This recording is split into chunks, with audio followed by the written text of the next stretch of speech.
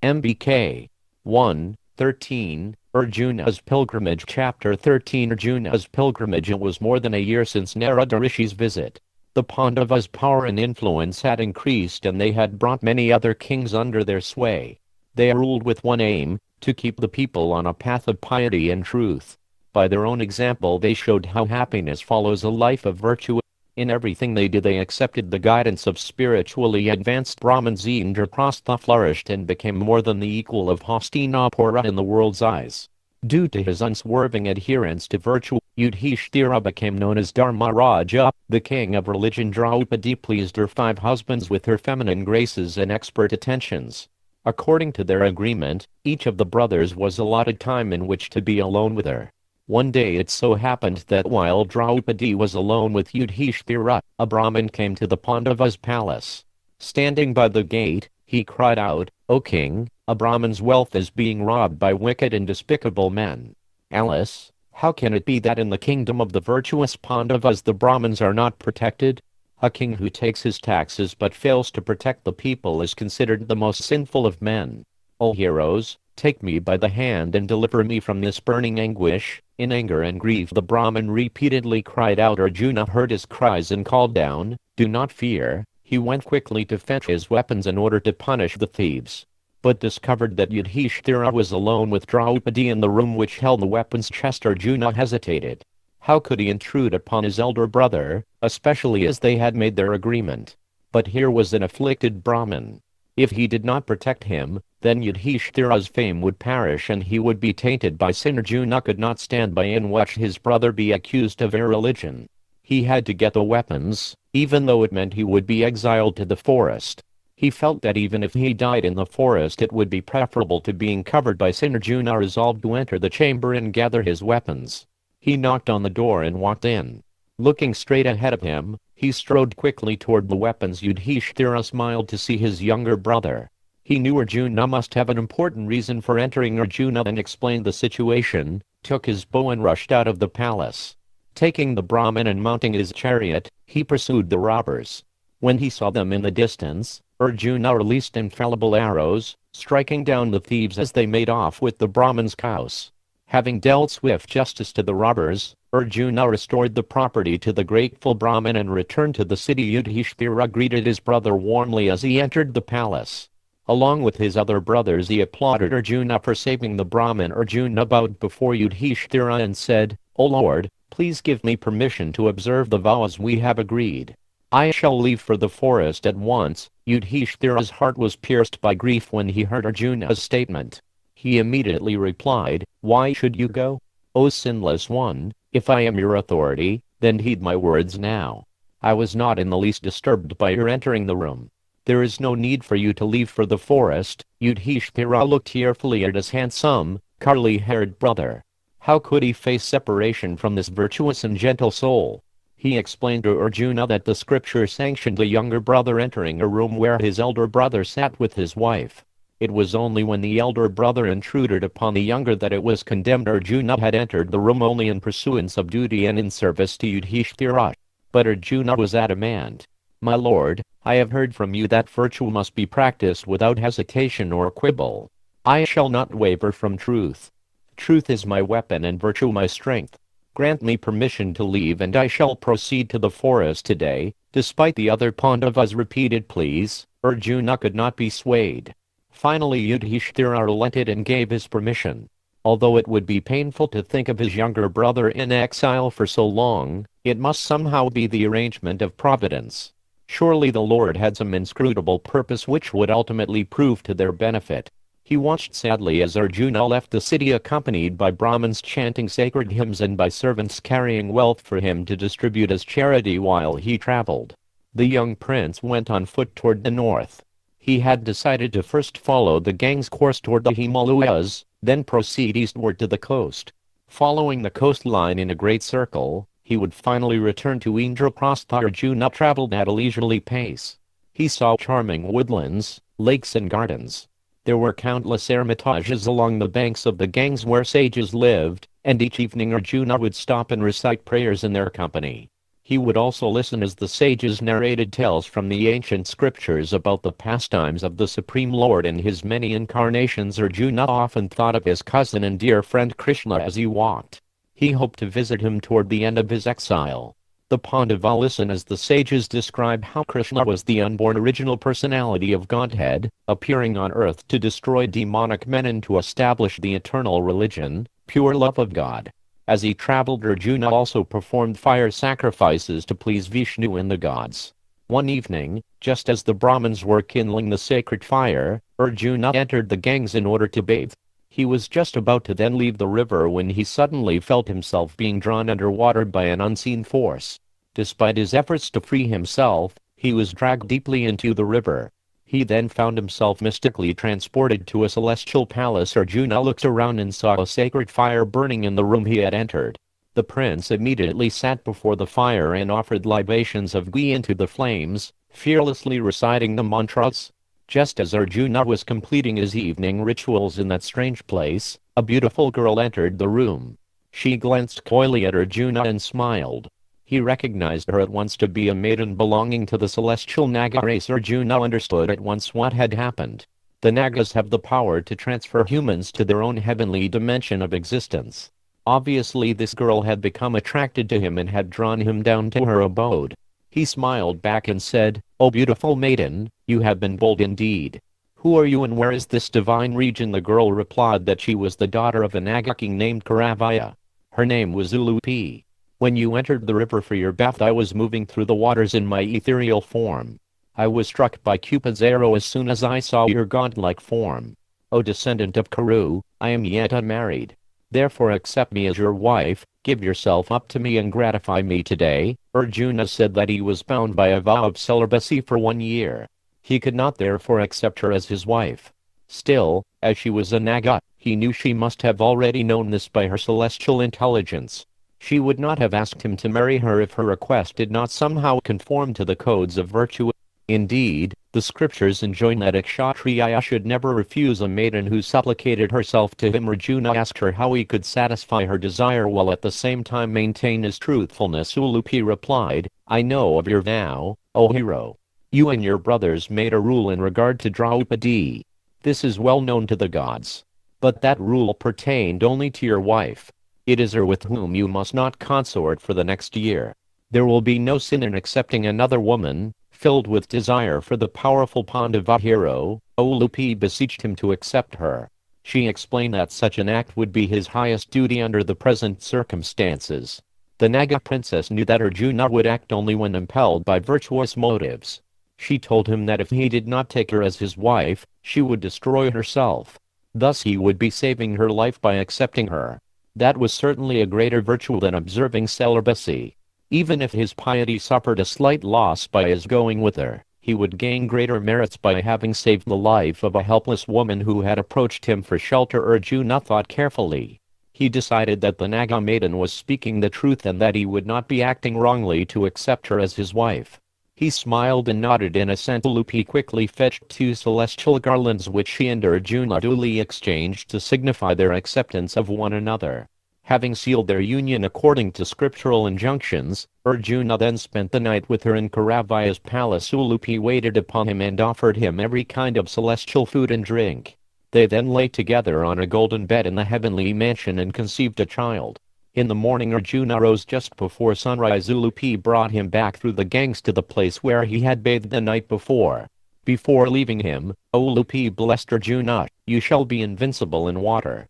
Every aquatic creature will be vanquished by you in a fight." After telling Arjuna that she would return to him later when he was back in his own kingdom, Ulupi vanished into the Ganges waters, leaving Arjuna to be greeted by his followers. The ascetic Brahmins had seen by their own divine sight how the prince had been taken to the region of the Nagas. They met him as he returned and offered him their blessings. Arjuna related to them everything that had happened.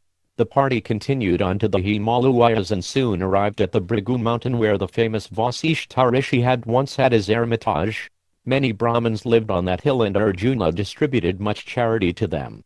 After bathing in a sacred lake on the Bhrigu mountain he walked on, visiting numerous other holy sites. Arjuna went toward the east, gradually descending from the Himalayan range. He reached the forest of Naimisharanya, said by the sages to be the very hub of the universe. From there he crossed over the rivers Nanda, Upananda and the famous Kaushika, where the great rishi Vishvamitra had performed asceticism for thousands of years in ancient days. Desiring to increase his piety, Arjuna traveled from one pilgrimage site to another along with his retinue. He performed many sacrificial ceremonies and gave away much wealth. When he reached the border of the kingdom of Kalinga on the eastern coast, he bade farewell to most of his followers and entered the kingdom with only a few attendants. Arjuna journeyed through forests, woodlands and numerous towns and villages. He passed the great Mount Mahendra and arrived finally in Manipur, where he visited King Chitrabhana in his city of Manalur. The king had an attractive daughter named Chitrangada. Arjuna saw her one day in the palace gardens and was struck with desire. He approached the king and asked for his daughter's hand in marriage. Chitrabhana replied that he would be delighted to see his daughter wed an illustrious heir of the Kuru race. Arjuna was famous throughout the world as a hero without equal. But the king had one condition. Years ago his ancestors had prayed to Shiva for a child. The deity had granted their request, saying, "You shall have a child, and from now on all of your descendants will have a child, but one child only, to continue your race." Chitrabhana had only a daughter. If Arjuna begot a son with his daughter, he must leave the boy to become the next king of Manipur. Arjuna happily accepted the condition and was married to the princess with all due ceremony. He remained in the city for 3 months. When he saw that Chitrangada had conceived, he took his leave from her and the king, setting out again on his travels. Before leaving he promised Chitrangada that he would return and bring her to his home in Indraprastha. Arjuna then made his way south along the coast.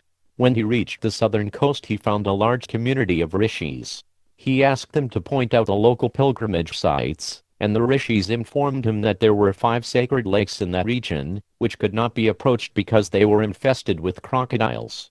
These lakes could confer great merits upon anyone who bathed in them, but as soon as a man entered the water he would be carried away by one of the powerful reptiles. Arjuna saw an opportunity to serve the ascetics. He remembered his boon from Ulupi. Going to the lake named Yugastaya, after the famous rishi who had once lived there, he dived into the water. Arjuna's leg was immediately seized by a great crocodile. Feeling the divine strength conferred by Ulupi, he grasped hold of the animal and pulled it out of the water. Arjuna dashed the creature onto the shore. It suddenly became limp and a beautiful celestial maiden came out of its body.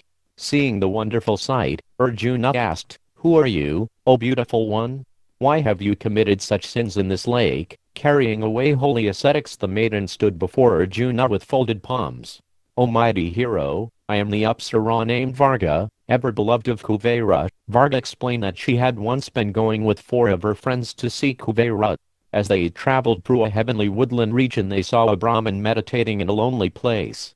He was extremely handsome and he lit up the woods with his bodily luster. The 5 Apsaras playfully tried to disturb his meditation. They danced and sang before him, trying to tempt him away from his ascetic practices. Although unmoved by lust, the Brahmin was angered by their behavior. He then cursed them, "As you attack me now without compunction, you 5 shall become crocodiles, whose business is attacking others." The maidens at once came to their senses. Showing contrition, they begged the Brahmin for mercy. He relented and told them that they would soon be delivered from their crocodile bodies by a powerful man. At that moment the great sage Narada Rishi arrived there and told them to enter the 5 sacred lakes on Bharata's south coast. Soon Arjuna would come and release them from their bondage. Varga bowed before the Pandava and thanked him for delivering her. She then asked him to save her 4 friends, who lived in each of the 4 other lakes. Arjuna smiled and went quickly to each holy lake. He pulled out all the other crocodiles and each time he watched as a maiden of shining beauty came out of the fierce reptilian body. The 5 Apsaras came together and, after offering Arjuna their respects, rose up to the heavens. Having made the lakes safe again, Arjuna took his leave from the rishis and proceeded on his journey. Arjuna traveled up Bharata's western coast until he arrived at Prabhasa.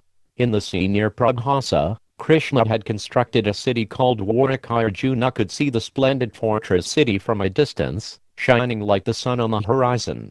It could only be reached by passing along a heavily guarded bridge. When he reached the bridge, Arjuna sent word of his arrival to Kṛṣṇa, who immediately came out of the city to see his dear friend. They embraced with joy. News of Arjuna's exile from Indraprastha had already reached Dwarka, and Kṛṣṇa had been expecting him to arrive before the year was up.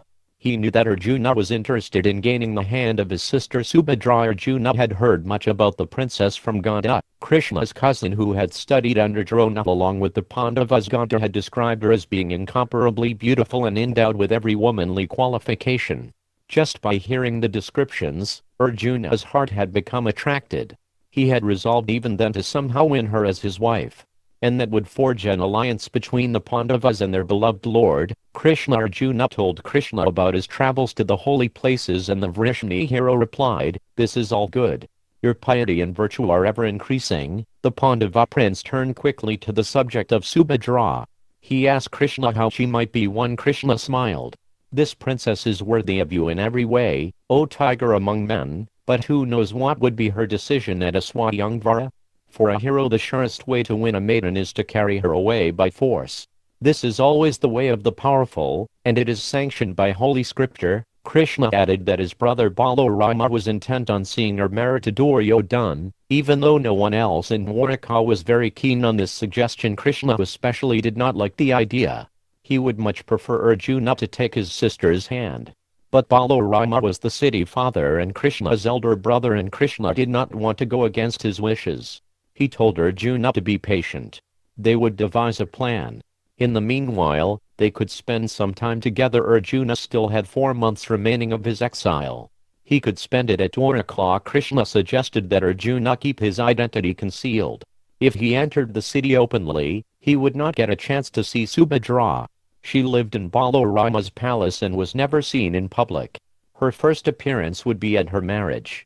If Arjuna went into the city dressed as a renunciant, however, Balarama would doubtlessly invite him for meals. Kṛṣṇa knew that his elder brother was fond of entertaining ascetics and sages, and also that he always arranged for Subhadra to serve them so that she might be blessed and increase her virtue. Arjuna should therefore disguise himself as a renunciant, a member of the Sannyasa order. No one would recognize him if he matted his hair and kept his beard, especially when he was dressed in the saffron robes of a sannyasi.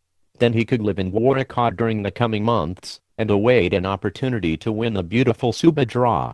The rainy season was just upon them, and it was customary for wandering ascetics to stay in cities till the rains had passed. Kṛṣṇa went back into his city, and Arjuna waited for a few more days outside before entering. Kṛṣṇa's plan had sounded good. The Pandava wanted a chance to see Subhadra and also for her to see him. Pious, he did not want to steal her against her desire. If she were not attracted to him, he would leave her in peace. He tied his hair in a knot above his head and put on the dress of a renunciant. Taking up the triple-rotted staff traditionally carried by Vaishnava sannyasis, those worshippers of Vishnu in the renounced order, Arjuna entered Dwarka. The unsuspecting gatekeepers allowed the ascetic to pass, folding their palms in respect as he walked by. Arjuna made his way along the huge golden bridge that spanned the ocean to the city, and which was encrusted with precious stones. At intervals the bridge opened out onto spacious platforms where well-armed soldiers stood guard. None of them recognized Arjuna as he passed. When Arjuna reached the city, he was stunned by its opulence. Symmetrically arranged around the city center were 16,000 white palaces, one for each of Kṛṣṇa's 16,000 queens. Each palace was bedecked with gold and jewels, and each rivaled the celestial Mount Meru in its size and opulence. Magnificent temples rose up on all sides, and the sounds of sacred chants could be heard everywhere. Beautiful music filled the air, and billows of fragrant incense wafted on the breeze. Shining chariots and great elephants moved here and there. Attractively dressed citizens strolled about the wide avenues, which were inlaid with priceless emeralds and interspersed with gardens stocked with celestial flowers. In the midst of the delightful gardens, jeweled fountains stood in lotus-filled lakes.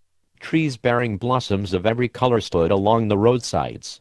All around the city a massive fortified wall, a full 100 miles long, rose up from the sea. Arjuna gazed about in wonder as he made his way to the Brahmin's quarter of the city. Kṛṣṇa had arranged that his friend be given a large house for his residence. He told him that he would inform Balarama of the arrival of a Vaishnava sannyasi, and that Arjuna could expect to soon be invited to Balarama's palace where he would see Subhadra. Arjuna felt as if he had ascended to Indra's abode in the heavenly planets. The gods were even seen frequenting Dwarka, and it seemed as if its residents were celebrating a never-ending festival. As Kṛṣṇa had expected, Balarama arranged for Arjuna to be brought to his palace and offered varieties of delicious food. He had his sister Subhadra serve the sannyasi so that she might receive his blessings. The princess stole Arjuna's mind away. She was everything he had heard she was. Subhadra was as beautiful as Vishnu's divine consort Lakshmi. With her blue silk garments, gold earrings and ornaments, and long curling black hair, she could capture the hearts even of the celestials. She moved about with grace and poise as she served the ascetic. Arjuna tried not to stare at her as he accepted the golden dishes she placed before him, but the princess caught his glance and saw the sparkle in his eyes. She looked more carefully at the sannyasi. He did not resemble the other ascetics Balarama had brought to the house. This ascetic looked more like a prince. Beneath his thin cotton cloth Subhadra could see his broad and powerful shoulders. As he accepted the dishes she offered, she noticed his long, well-muscled arms, which resembled a pair of five-hooded serpents. She could see that behind his beard the young sannyasi was extremely handsome. His dark eyes pierced hers and she felt her heart move. It was obvious that he desired her. Perhaps he was looking for a bride. She knew that Balarama was trying to arrange her marriage to Duryodhana, but the young sage seemed a better prospect than that conceited Kuru prince. Subhadra wondered who this ascetic might be. Over the coming weeks Balarama invited Arjuna to his palace on numerous occasions. Each time Subhadra served him, and their attraction for one another grew. One day in confidence Kṛṣṇa spoke with his sister on the subject of her marriage. She told him of her feelings for the strange sannyasi and Kṛṣṇa smiled. He asked her how she felt about Duryodhana. The princess's features twisted disdainfully. Then Kṛṣṇa mentioned Arjuna's name, telling her that the Pandava was desirous of becoming her husband. Indeed, he had come to Dwaraka to seek her hand. Subhadra looked at him intently. Suddenly she realized what he was saying. The handsome ascetic was Arjuna. Why had she not guessed? The so-called sannyasi, who walked like a powerful lion and spoke with a voice resembling a thundercloud, could only be a great ruler. Subhadra was suddenly excited. If only she could become the wife of that famous Kuru hero. But Kṛṣṇa cautioned her to remain quiet about his identity. If Balarama learned the truth there would be trouble. She should be patient. Arjuna would surely find a way to marry her. It was almost the end of the monsoon season. Balarama invited the sannyasi to his palace for a final visit. Again Subhadra served him. By glances and smiles she made her feelings clear to the Pandava. Arjuna's heart pounded. He could hardly eat. He prayed that he would soon get a chance to take the princess as his bride. When the meal was over Balarama gave gold and jewels to the sannyasi and sent him home. Arjuna left with his mind in turmoil. He had to somehow gain Subhadra's hand. During the last weeks of the rainy season his mind remained fixed on the princess.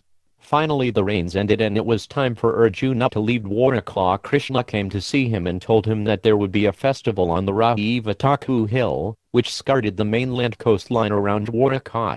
All of the Yadus would attend. The beautiful Subhadra would also be there. Kṛṣṇa suggested that this might be the time for which Arjuna had been waiting. Arjuna's eyes lit up as Kṛṣṇa, sitting next to him on the couch, explained his plan. O best of men, I do not see any way you can obtain Subhadra other than by kidnapping her from the midst of her friends and relatives.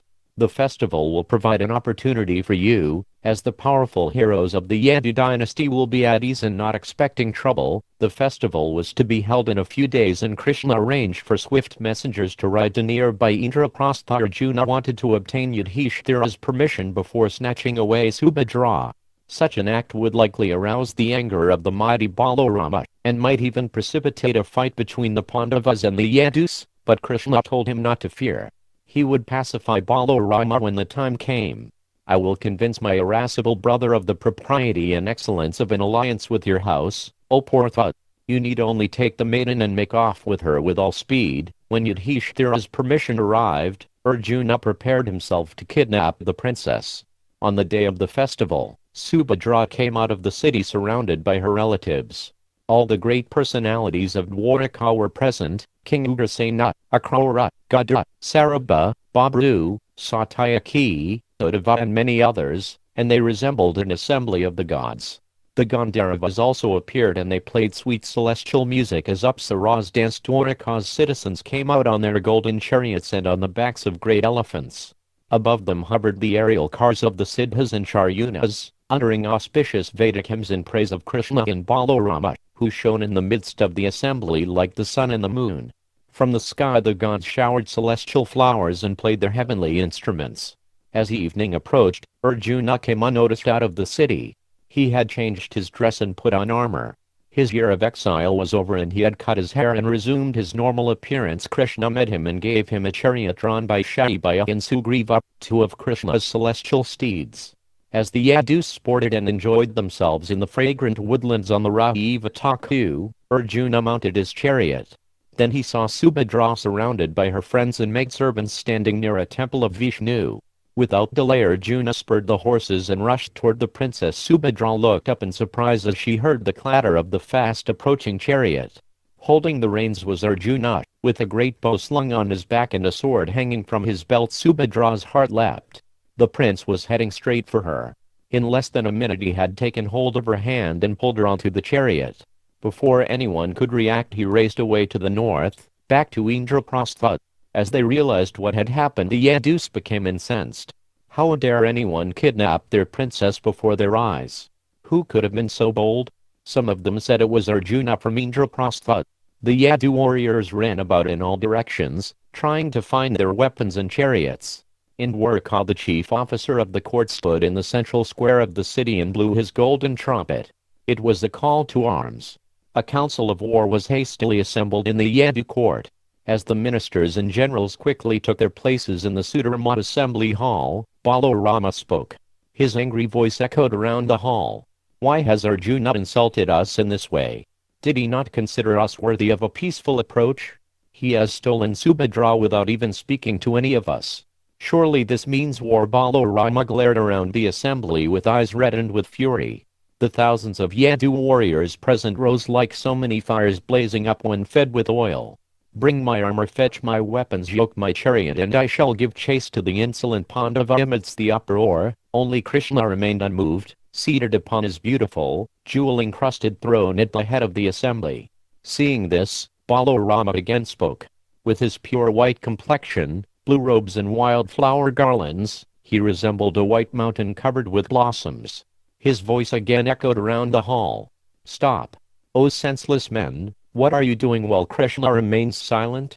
Cease your roaring and let us hear what is on his mind before we act. His words are always our surest guide. Balarama looked across at his brother. O Janardana, Arjuna is your friend, but it appears that he has insulted us. By snatching away my sister he has placed his foot upon my head. O Govinda, how shall I bear it? I will rid the earth of the Kurus by myself today. I will never brook an insult from them lightly. The whole assembly erupted again as Balarama spoke, roaring in approval. Krishna only smiled. As the sound died down he said, I do not feel that Arjuna has insulted us. Indeed, my feelings are that he has enhanced our glory. Partha knows that we would not accept payment or gifts for our princess. What man on earth would sell his child to another? Nor would Arjuna accept the maiden as a gift, as if she were an animal. He has therefore selected the method always favored by powerful heroes. The hall remained silent as Krishna continued to speak. He said he considered an alliance with the Pandavas, and especially with Arjuna, as proper. Arjuna had been born in the noble Bharata race. He was the son of the illustrious Kunti, from their own house. No man on earth was capable of vanquishing Arjuna in battle. He was now proceeding on Krishna's own chariot and would be difficult to check. Subhadra and Arjuna were a good match.